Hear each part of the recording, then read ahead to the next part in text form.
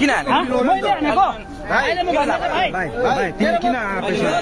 तिमी किन आवेश आएको मैले झापड हानेको के भएको तिमी भिडियो गर्ने हो यताउता चाहिँ नगर्नु नि फेरि टुङ्गोले गरेपछि कहिले पनि यस्तो दुःख पाइँदैन। के भनेको भाइ यता हाम्रो दाइहरूलाई मिडिया नगर्नु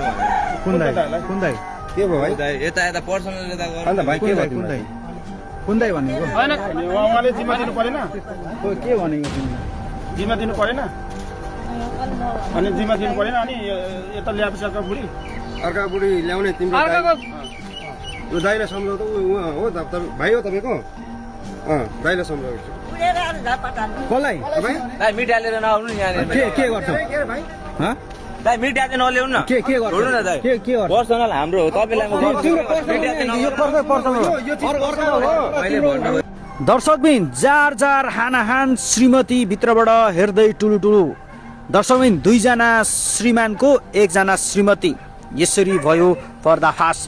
दर्शकबिन सिक्किमबाट फरार भएकी एक महिला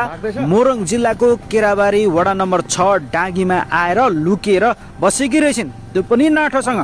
यतिखेर उनको नाठोसँग भेटियो उनकै घरमा र यतिखेर श्रीमान खोज्दै आइपुगेपछि भयो हानाहान। दर्शकबिन के भएको यथार्थ तपाईहरुमा राखिरहेको छौं, भिडियोलाई अन्तिमसम्म